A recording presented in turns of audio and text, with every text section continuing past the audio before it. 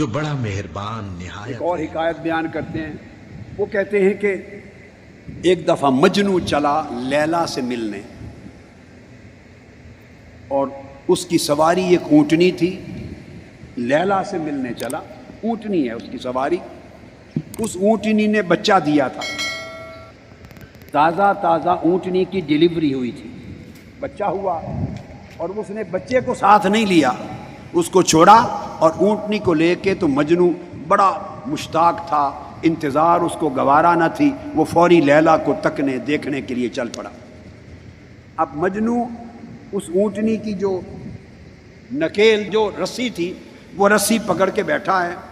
اونٹنی چلتی جا رہی ہے اور آنکھوں میں اس کی لیلا ہے، تصور میں لیلا ہے.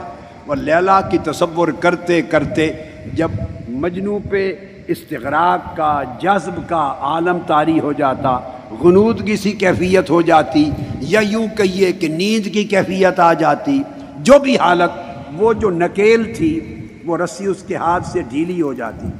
جو ہی رسی ڈھیلی ہوتی، اونٹنی اپنا راستہ بدل کے پیچھے بچے کی طرف چل پڑتی. مجنو کا دھیان لیلا کی طرف تھا، اونٹنی کا دھیان اپنے بچے کی طرف تھا. دونوں کا دھیان جدا جدا. مجنو لمحے میں لیلا کے پاس پہنچنا چاہتا ہے، اونٹنی ہر دم اپنے بچے کے پاس جانا چاہتی ہے. وہ دیکھتی ہے بچہ نظر نہیں آتا، راستہ نہیں بھولتی، وہ پلٹ کے پھر بچے کی طرف مڑتی ہے. اتنے میں جب مجنو کی آنکھ کھلتی، وہ پھر اس کی رسی کھینچتا اور کھینچ کے سیدھا اپنی راہ پہ کر دیتا. اونٹنی پھر چل پڑتی. جب پھر رسی ڈھیلی ہوتی، اونٹنی راستہ بدل کے پھر بچے کی طرف چل پڑتی. مولانا روم فرماتے ہیں یہی عمل چلتا رہا اور چلتے چلتے کئی مہینے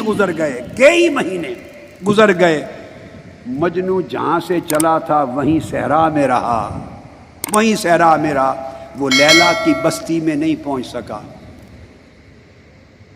وہ ادھر جانا چاہتا ہے، اونٹنی بچے کی طرف جانا چاہتی ہے.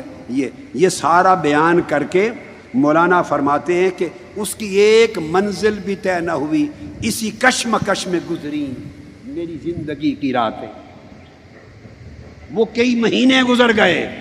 یہ کہہ کے مولانا روم کہتے ہیں انسان بھی مجنو اور اونٹنی کی طرح روح اور نفس کی کشمکش میں اسی طرح پھنسا ہوا ہے.